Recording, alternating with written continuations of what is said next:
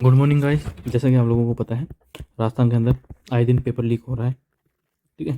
तो जिस paper leak जो रीड के सेकंड ग्रेड टीचर की जो पेपर लीक हुआ था, ठीक है, बस के अंदर, राजस्थान के अंदर, उसके अंदर जिसका नाम था, उसकी एक कोचिंग थी जिसका नाम था अभिज्ञान, जयपुर के अंदर।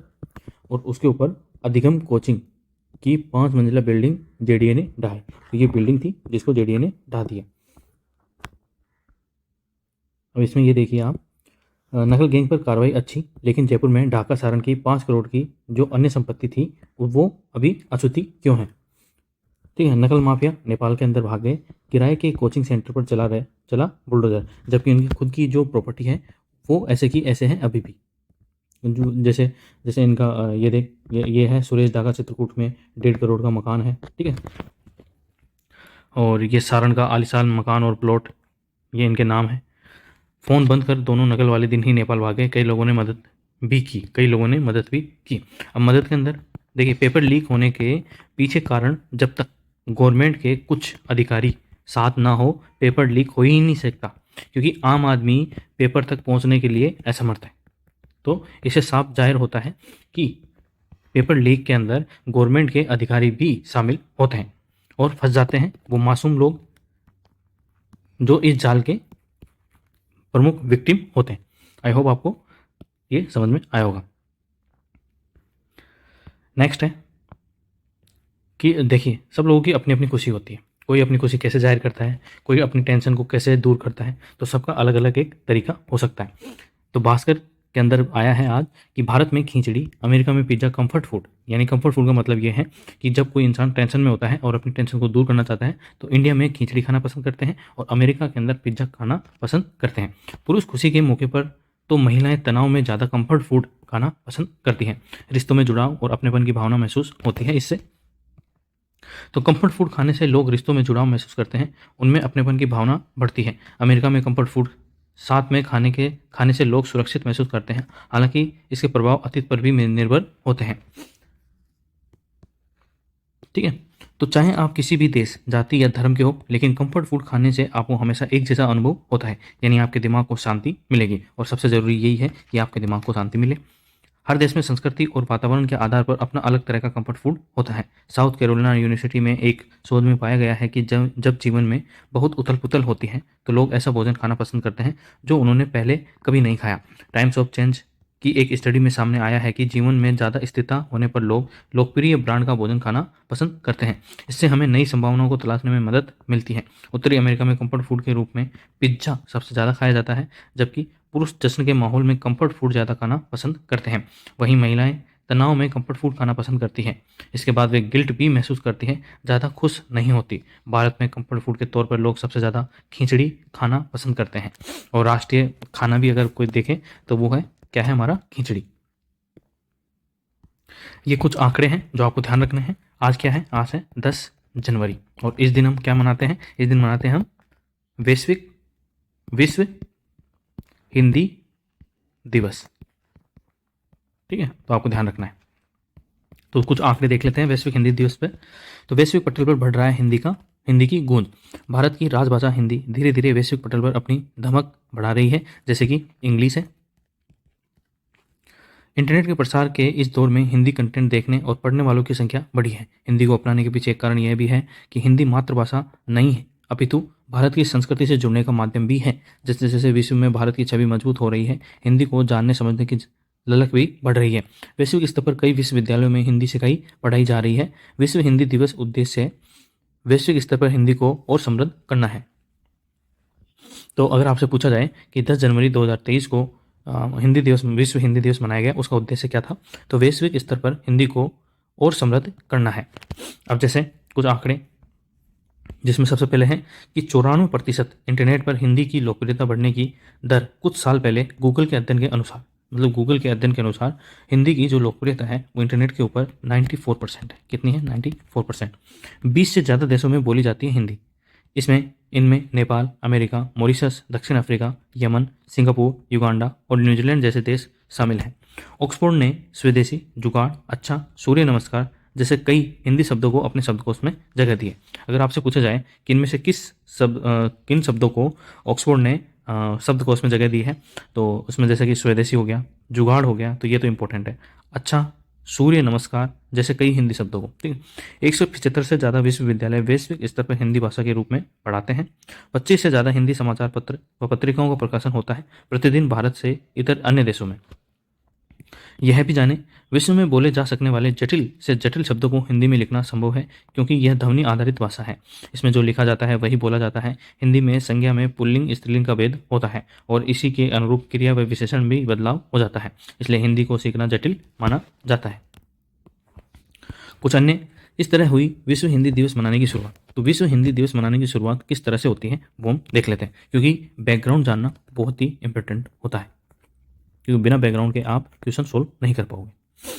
तो सबसे पहला है 10 जनवरी 1975 को नागपुर में विश्व हिंदी सम्मेलन आयोजित किया गया। कहाँ पर? नागपुर में। और नागपुर कहाँ है? महाराष्ट्र के अंदर।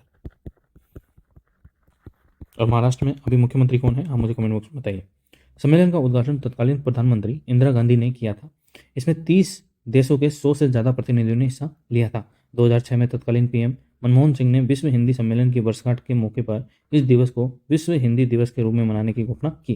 तभी से विदेश मंत्रालय विभिन्न देशों में भारतीय दूतावासों में प्रमुखता से इस हिंदी दिवस का आयोजन करता है।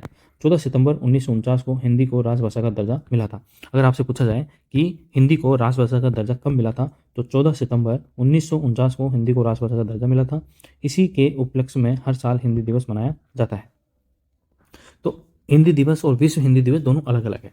तो हिंदी दिवस अगर आपसे पूछे, ठीक है, तो हिंदी दिवस मनाया जाता है 14 सितंबर को, जो भी हाल ही में गया है, ठीक है। और विश्व हिंदी दिवस अगर आपसे पूछे तो वो मनाया जाता है, कब मनाया जाता है? प्रवासी भारतीय दिवस के अगले दिन, यानी कि 10 जनवरी के दिन। और प्रवासी भारतीय दिवस कब मनाया जाता है? 9 जनवरी के दिन। तो ये भी आपको ध्यान रखना है। 32 करोड़ से ज़्यादा लोगों ने हिंदी को प्रथम भाषा बताया था 2011 की जनगणना में। 27 करोड़ से ज़्यादा लोगों की दूसरी भाषा हिंदी है भारत में, एक अध्ययन के अनुसार, ठीक है। तीसरी सबसे ज़्यादा बोली जाने वाली भाषा है कौन सी? हिंदी। तो पहली और दूसरी कौन सी है देख लेते हैं। तो पहली तो है अंग्रेजी और दूसरी है मंदारिन। मंदारिन कहाँ की भाषा है? तो मंदारिन है चीन की भाषा, ठीक है। हिंदी वैश्विक स्तर पर तीसरी सबसे ज़्यादा बोलने वाली भाषा है। वैश्विक स्तर पर भाषा का डेटाबेस बनाने वाली संस्था एथनोलॉग के अनुसार स्पेनिश चौथी सबसे ज़्यादा बोलने जाने वाली भाषा है। 145.3 करोड़ है वैश्विक स्तर पर अंग्रेजी भाषा में बोलने वालों की संख्या, और 111.9 करोड़ है लोग मंदारिन बोलते हैं पूरे विश्व में। यह चीन की आधिकारिक भाषा है, जैसे कि मैंने बताया आपको। और 60.2 करोड़ है भारत समेत पूरे विश्व में हिंदी बोलने वालों की संख्या। 54.59 करोड़ लोग स्पेनिश भाषा बोलते हैं पूरे विश्व के अंदर। आई होप आपको ये जानकारी अच्छी लगी होगी। अब जैसा कि आपको पता रहता है कि समान नागरिक संहिता यानी कि यूनिफॉर्म सिविल कोड हमेशा न्यूज़ के अंदर रहता है। और ये आपको पता होगा कि यूनिफॉर्म सिविल कोड भारत के केवल एक राज्य के अंदर लागू है, वो है गोवा, और यह है अनुच्छेद 44 के अंदर आता है, यानी कि अनुच्छेद 44 के अंदर यूनिफॉर्म सिविल कोड को संविधान के अनुच्छेद 44 के अंदर यूनिफॉर्म सिविल कोड यानी कि समान नागरिक संहिता को स्थान दिया गया है। तो समान नागरिक संहिता इन राज्यों ने की है पहल। तो कौन कौन से राज्यों ने पहल की है? तो सबसे पहले हम एक बार देख लेते हैं। तो सबसे पहले तो है कि क्या है ये नेशनल समान नागरिक संहिता को लेकर ज़्यादातर भाजपा शासित राज्यों में ही कदम उठाए गए हैं। इसमें उत्तराखंड सबसे आगे है। यहाँ विशेषज्ञों की कमेटी गठित कर दी गई है। बाकी राज्यों ने कमेटी बनाने की घोषणा जरूर की है, लेकिन कमेटी अभी गठित नहीं हुई है। तो उत्तराखंड से शुरू करते हैं। उत्तराखंड में समान नागरिक संहिता लागू करने के लिए उच्चतम न्यायालय की पूर्व न्यायाधीश रंजना प्रकाश देसाई की अध्यक्षता में 5 सदस्यीय विशेषज्ञ समिति गठित कर दी गई है। कमेटी राज्य के सभी लोगों ने व्यक्तिगत नागरिक मामलों को नियंत्रित करने वाले सभी प्रासंगिक कानूनों की जांच करने और मौजूदा कानून में संशोधन की रिपोर्ट तैयार करेगी। समिति में सिक्किम हाई कोर्ट के पूर्व मुख्य न्यायाधीश प्रमोद कोहली, पूर्व मुख्य सचिव और पूर्व कुलपति व सामाजिक कार्यकर्ता हैं। ऐसे ही गुजरात में भी समान नागरिक संहिता लागू करने के लिए एक समिति गठित की जा चुकी है, ठीक है। मध्य प्रदेश में भी की जा चुकी है। मध्य प्रदेश के मुख्यमंत्री कौन है? मुख्यमंत्री शिवराज सिंह चौहान। हरियाणा के गृह मंत्री अनिल विज ने कहा है कि हरियाणा में भी समान नागरिक संहिता लागू किया जाएगा, ठीक है। उसके बाद असम के मुख्यमंत्री हेमंत बिस्वा शर्मा ने इस मामले को लेकर उत्तराखंड के मुख्यमंत्री से मुलाकात की और वहां भी वहाँ अभी तक कदम उठाए गए कदमों की जानकारी भी ली है। तो कितने राज्य हैं, तो कितने राज्यों ने अभी पहल की है? उत्तराखंड ने, गुजरात ने, मध्य प्रदेश ने, हरियाणा ने और असम ने। इन 5 राज्यों ने पहल की है। पहली बार 1835 में प्रस्तुत हुई थी रिपोर्ट, किसके ऊपर? समान नागरिक संहिता के ऊपर। समान नागरिक संहिता की अवधारणा का विकास भारत में तब हुआ जब ब्रिटिश सरकार ने वर्ष 1835 में अपनी रिपोर्ट प्रस्तुत की, जिसमें अपराधों, सबूतों और अनुबंधों जैसे विभिन्न विषयों पर भारतीय कानून के संहिताकरण में एक रूपता लाने की आवश्यकता पर बल दिया गया। हालांकि हिंदू व मुसलमानों के व्यक्तिगत कानूनों को इससे बाहर रखने की सिफारिश की गई थी। तो 1835 के अंदर किसने बनाया था ये कानून? तो लॉर्ड मैकाले ने। किसने? लॉर्ड मैकाले ने। और इस समय जो भारत का गवर्नर जनरल था वो कौन था? वो था विलियम बेंटिंग। William Bentinck. तो ये भी आपको पूछा जा सकता है, तो ये भी आपको ध्यान रखना है। वर्ष 1941 में हिंदू कानून को संहिताबद्ध करने के लिए B.N. राव समिति गठित की गई थी। किसने की थी? B.N. राव। इनको जो संविधान है इनके जन्मदाता के रूप में भी जाना जाता है। B.N. राव समिति गठित की गई थी हिंदुओं, बौद्धों, जैनों और सिखों के लिए। वर्ष 1956 में हिंदू उत्तराधिकार अधिनियम के रूप में एक विधेयक को अपनाया। हालांकि मुस्लिम, ईसाई और पारसियों के लिए व्यक्तिगत कानून थे। ठीक है। फिर संवैधानिक बाधा क्या है? लागू करने में जो समान नागरिक संहिता को लागू करने में जो संवैधानिक बाधा है वो क्या है? तो भारतीय संविधान का अनुच्छेद 25 जो किसी भी धर्म को मानने और प्रचार की स्वतंत्रता को संरक्षित करता है, भारतीय संविधान के अनुच्छेद 14 में निहित समानता की अवधारणा के विरुद्ध है। ठीक है, तो यह संवैधानिक बाधा है।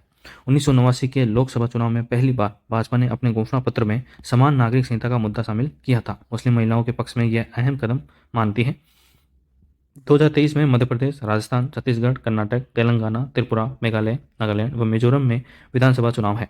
ठीक है, यहाँ मुद्दा बन सकता है समान नागरिक संहिता का। 230 विधानसभा सीटें हैं इन 9 राज्यों में और 2024 में लोकसभा चुनाव भी है।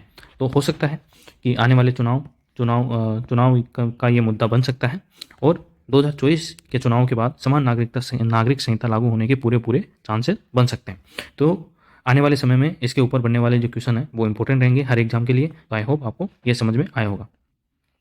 तो आपको इससे रिलेटेड कौन कौन से क्वेश्चन आपको ध्यान रखना है? एक तो नीति निर्देशक तत्व। ठीक है, नीति निर्देशक तत्व। ठीक है, जो कि भाग 4 क्या के अंदर है? ठीक है, सॉरी, भाग 4 के अंदर है। और मूल अधिकार आपको ध्यान रखना है, भाग 3 के अंदर है। ठीक है, अनुच्छेद 12 से 35 मूल अधिकार है और नीति निर्देशक तत्व है 36 से 51। ठीक है, अनुच्छेद 36 से 51। फिर मूल कर्तव्य, जो मूल कर्तव्य है वो भी आपको ध्यान रखना है, वो है भाग 4 क्या के अंदर और अनुच्छेद 51 क्या के अंदर। ठीक है, ये 3 चीज को आपको पॉलिटी के अंदर एकदम उंगलियों के ऊपर याद होनी चाहिए। ठीक है, कुछ मीम है। ठीक है, तो ये कहते हैं कि इतना कोरा है कि कानून व्यवस्था भी दिखाई नहीं दे रही है। ये क्यों कह रहा है ये इंसान, ये व्यक्ति? क्योंकि जो कंजावाला कांड कौन सा? अंजलि हत्याकांड वाला। ठीक है, जो न्यू ईयर की रात को अंजलि की हत्या हो गई थी।